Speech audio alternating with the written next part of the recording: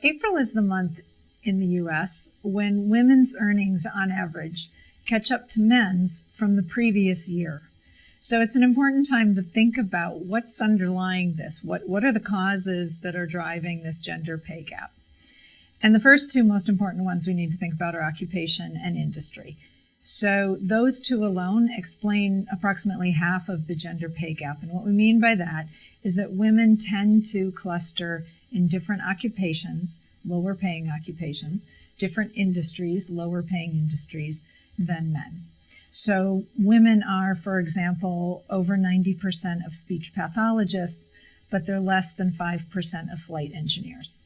So when you take that difference in representation of women and in different occupations and different industries out of the equation, you shrink the gender pay gap by about half. Another really important factor is experience. And experience is compounded over the time that you spend in the labor market. So it matters whether you're working part-time or full-time. It matters how long you drop out of the labor force when a child is born.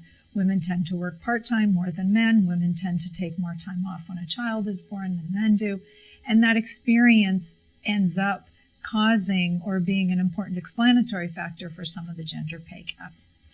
Now, there's some interesting new research from a graduate student at Cornell who looks at a change in the law in Quebec that extended family leave, but extended it for men only.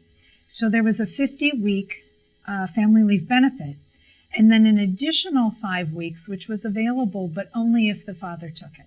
So this study by Ankita Patnaik finds that when the men take the leave, which if they don't take, the family loses, it not only helps the father be more engaged in the family going forward, but it increases the commitment of the mother to the paid workforce and ends up having a significant impact on her earnings. So the fact that this law is structured such that it essentially removes any social stigma to the father taking the leave and may actually apply some to his wanting to take the leave, really changes the bargaining dynamic within the household, within the workplace. And that's enough to have quite a significant impact within the household and ultimately on the woman's pay.